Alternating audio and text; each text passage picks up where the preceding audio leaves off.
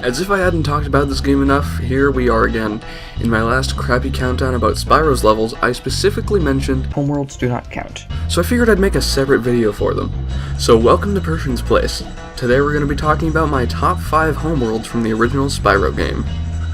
Woo! Boom!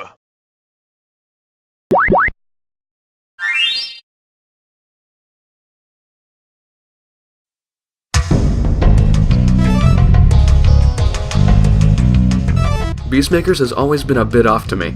I'm not quite sure what it is, but this has always been my least favorite homeworld to go through.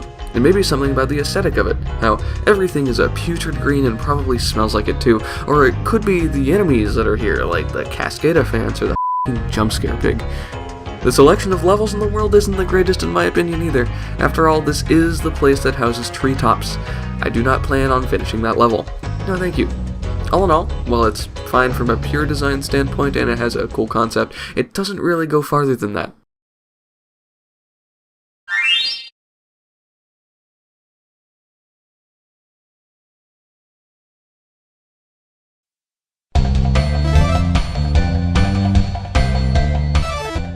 The only homeworld I even relatively dislike is Beastmakers, which gave it the last spot easy quick, but now I actually gotta start thinking, come on guys.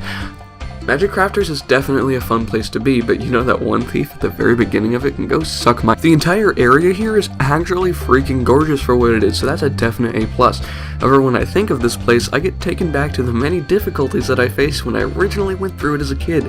Like the druids raising the wall in Alpine Ridge, running down the supercharger and missing everything, every time, in every level. High caves, not being able to get all the gems on Wizard Peak, etc.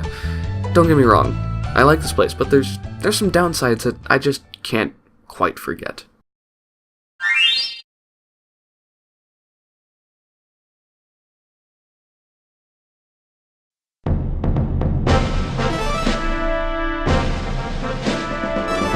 I would like to preface this that I had no idea how to get to the last area of the circle until a couple years ago, because I am what is known as a stupid idiot, and couldn't realize that you're supposed to shoot the target to break the rock.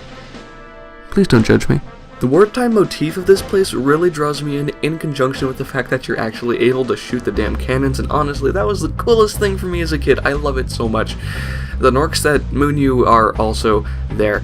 I can practically feel the dustiness of this place whenever I play through it though. All of the textures give off this arid feeling that makes you think of the desert as you walk around, with the rare alcove or cave giving off a sense of cool welcoming with the green coloration. The levels here are all pretty good as well. Take Dr. Shemp for example. I've never seen anything better than Dr. Shemp. I love Dr. Shemp.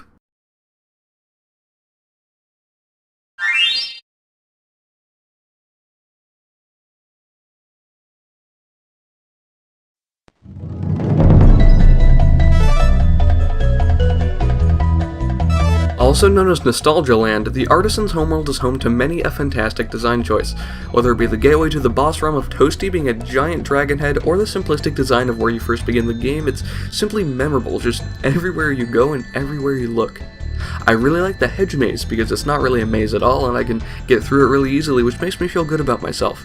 Your price for getting through the maze is also one of my favorite levels in the game, so it's really just a win-win on all accounts.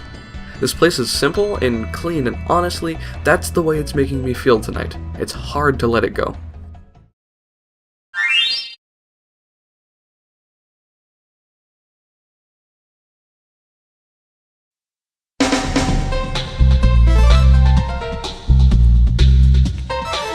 The final homeworld before Gnasty Nork's little hovel, this is where the devs got really creative.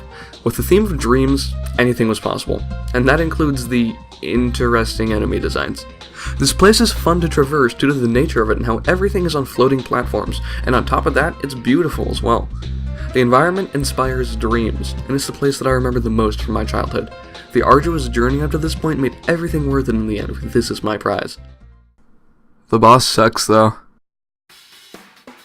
Hey yo, thanks for watching, I appreciate it.